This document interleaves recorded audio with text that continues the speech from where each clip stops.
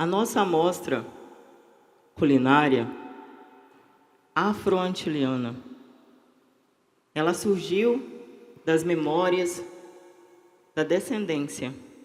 Eu faço parte da 4ª geração. Meu nome é Cledenice Blackman e a minha prima está aqui, ela vai se apresentar. Nós somos descendentes da 4ª geração de barbadianos. As nossas bisavós, Constância Goldrich, e o meu bisavô, que também é bisavô da Deinha, que para mim ela não é... Andréia Siqueira, ou Andréia Squares, que era para ser, né? Devido ao avô que traduziu o nome da gente, ficou Andréia Siqueira, sobrenome. Nós duas somos da 4ª geração dos barbadianos que vieram, na realidade, para o Pará, né? Vieram para o Pará para depois vir para Porto Velho para a construção da estrada de ferro Madeira Mamoré, trabalhar aqui na estrada. E a gente ficou com muitas memórias afetivas do convívio da gente, das famílias, das comidas, que é um hábito de se reunir da gente, tanto em festa não pode faltar comida, como no café da manhã, a gente ainda tem muito hábito tradicional das famílias de se reunir à tarde, tem que ter um lanche à tarde e tem essas comidas. Então a gente tem muito essa memória afetiva de tudo o que a gente... Eu não digo que a gente aprendeu com os avós da gente, foi já com as tias, né?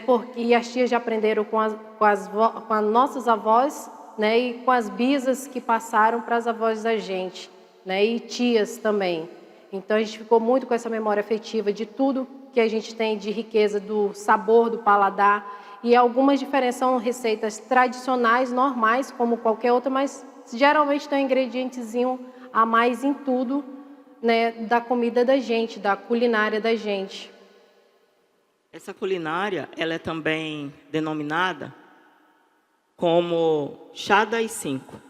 Chá das 5 por conta da colonização inglesa que aconteceu no Caribe inglês, das ilhas de Granada, Trindade e Tobago, Jamaica, Barbados e outras de colonização inglesa. Esse hábito de tomar chá é um hábito do país, né? Do país chamado Inglaterra. E como as ilhas afro-antiliana ou caribenha inglesa, elas foram colonizadas pela Inglaterra, nós, descendentes da 4ª geração, da 2ª, da 3ª e da 1ª geração nascidas aqui, que são nossos avós da 1ª geração nascidos aqui, tanto o meu avô, que era tio da Deinha, o Elton Blackman, conhecido como Caetano. Tio Caetano, e o seu avô, Deinha? Geraldo Siqueira, conhecido como seu alumínio, porque todo mundo fazia uma referência que a carequinha dele brilhava muito, por ele ser muito escurinho, e ficou seu alumínio. O apelido dele é mais conhecido como seu alumínio, o Geraldo Siqueira. Que era meu tio-avô, e ele faleceu em 85. Né? A gente era muito pequena, eu sou um pouquinho mais velha que a Deinha, eu acho que eu tinha uns 8 anos. Eu tinha 3 anos quando meu avô faleceu. E as nossas celebrações fúnebres, ela também era algo natural para a gente. De se juntar, ter muita comida, as crianças brincavam, sempre regada a comida. E aí a gente vai apresentar um pouquinho sobre algumas amostras de comidas que tem um pouquinho desse Caribe aqui em Porto Velho, em Rondônia. Em Rondônia. Bom, em casa a gente tem um hábito normal, em toda festa, todo aniversário, todo almoço, uma sobremesa que a gente come muito, é o pudim. Nosso pudim é um pudim tradicional, como todos os outros. A diferença é que ele vai em raspas de noz moscada, que tem que ter em toda a nossa culinária, e é um pudim que ele não é feito só em banho-maria, ele é feito em banho-maria, mas assado no forno. É uma vasilha que se coloca com uma forma com água, a forma já com o preparo do pudim, e ele fica assando ali por horas, não é um pudim muito rápido de se fazer, ele leva horas para ser feito. E o bolo barbadiano também é uma receita comum a todas as outras, a diferença é que ele vai, raspas de limão não pode faltar. A gente é muito de gostar de ervas, especiarias, então ele vai baunilha, que é um diferencial do sabor do nosso bolo, e a noz moscadas também, que acompanha, e geralmente vem o suco acompanhado, que é o suco de graviola, que nós não temos aqui também, é o aluá, que é um suco feito da casca do abacaxi fundido, é uma fusão. A gente deixa ela vários dias adormecida, aquela casca do abacaxi com gengibre, com erva doce, com cravinho. Aí passa-se mais ou menos uns 3 ou 4 dias, aquela dá uma fermentação naquela bebida, ela exala tipo um cheiro de álcool. É uma essência bem forte, mas ela é feita totalmente do abacaxi, ela já é um pouco adocicada. A gente ligeiramente coa aquela essência, aquele adormecido do abacaxi, prepara o suco. Aí esse suco é chamado de aluá. Então ele é muito presente nas festas da gente, em reuniões, um suco altamente refrescante que a gente toma à tarde. Em casa também, ou no lanche, como a gente falou, nos chás das 5, a gente em casa sempre tem o aluá. O suco de graviola também é muito presente na nossa família, né? Apesar que eu acho que sou a exceção da família, porque eu não gosto da fruta, não do cheiro, mas gosto de preparar o suco, porque é tradicional, tem que ter.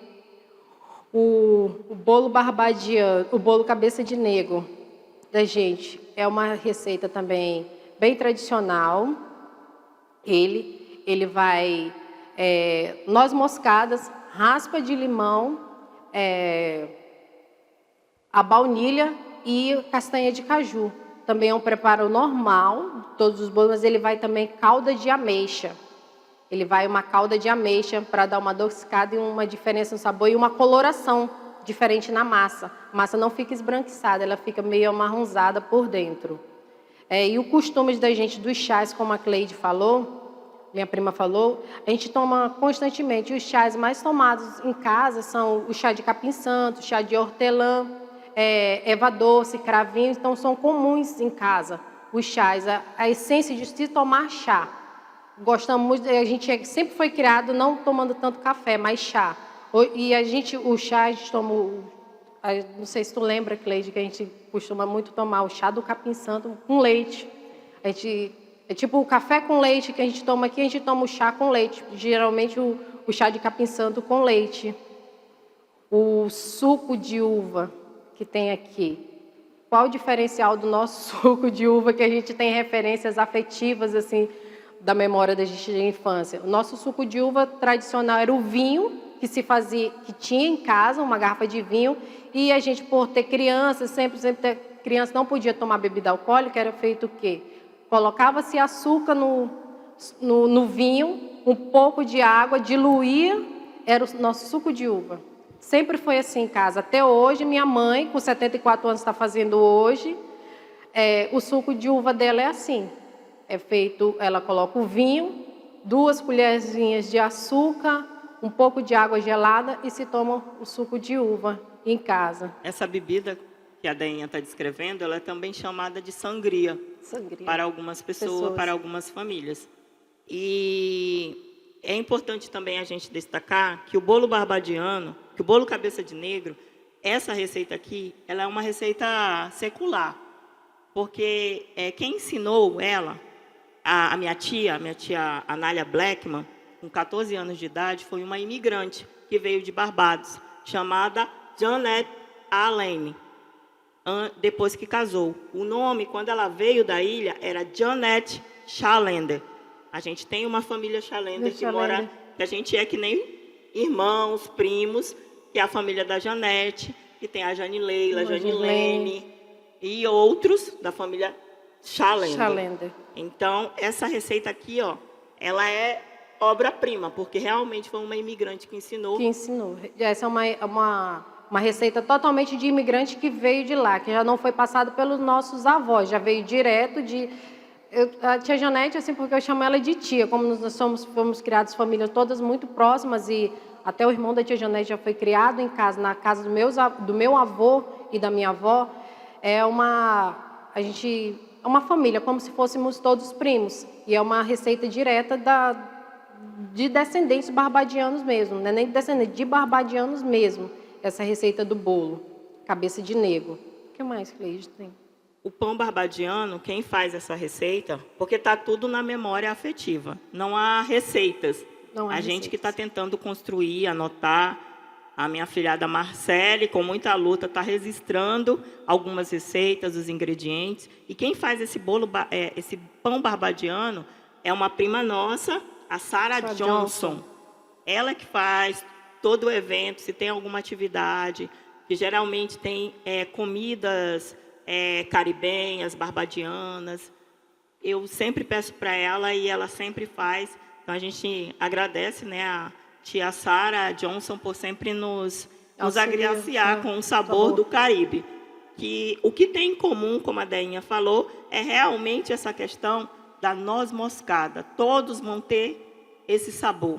A baunilha, a raspa de limão, que não pode faltar ao bater o ovo. Isso é de fundamental importância. E os ingredientes são sempre de primeira linha. Não gostam de nada secundário ou terciário, tudo de primeira linha. E também é importante ressaltar que esse bolo também tem bastante chocolate, por isso também é cabeça de negro. E, para finalizar, Deinha, tem o beijo de moça, que é uns sequilhos feito, como geralmente o pessoal conhece por sequilho, mas ele é feito toda à mão, feito de maisena com leite condensado, a misturinha, tem a raspinha de noz moscada também e limão, e ele é modelado na mão, né, como eu sempre vi minhas tias fazerem em casa, botar aquela forma, faz toda a massa, modela-se na mão, e esses risquinhos que ficam nele é do garfo que aperta. Esse desenhozinho todinho que fica nas bolinhas de dedo de moça, do beijo de moça, é o garfo que modela ele, e são assados ao forno.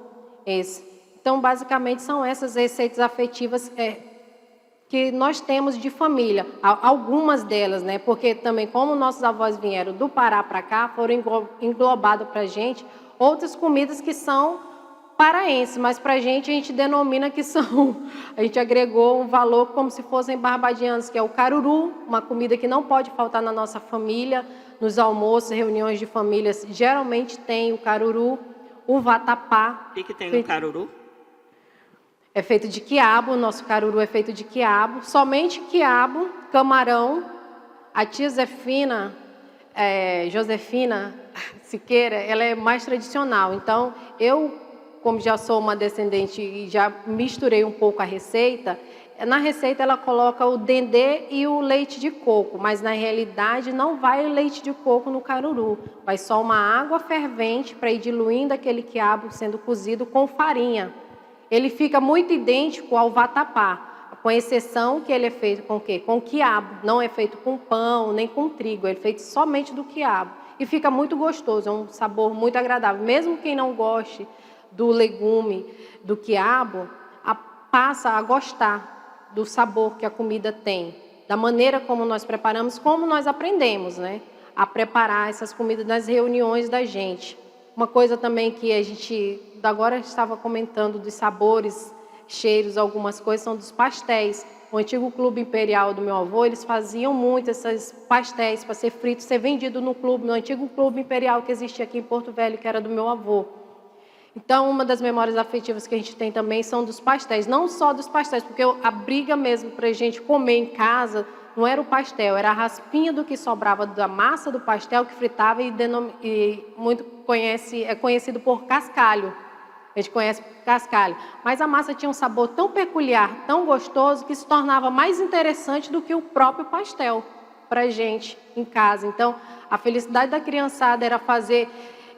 A minha memória afetiva vem muito assim,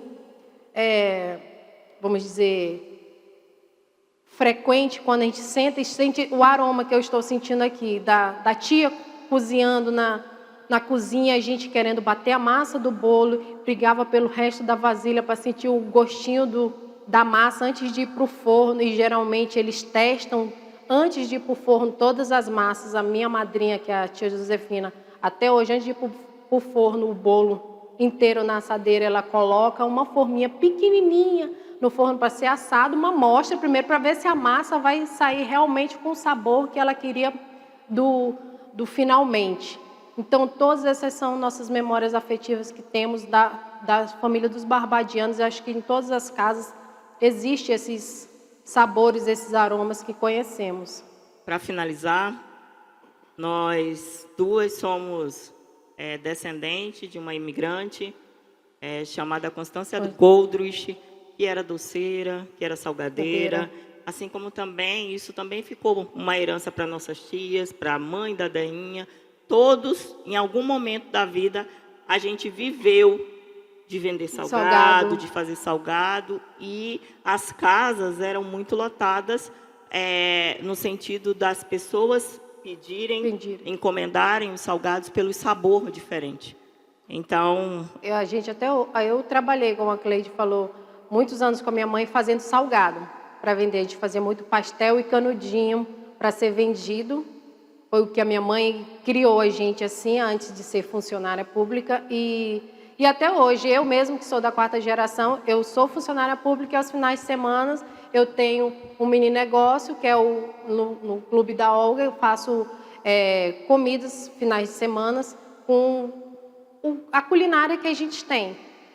Então, quem vai lá costuma comer o tambaqui daqui da gente, né, da nossa região, é feito, mas já com os temperos que eu aprendi de família, com os temperos barbadianos que a gente coloca. Eu uso muita especiaria na minha comida.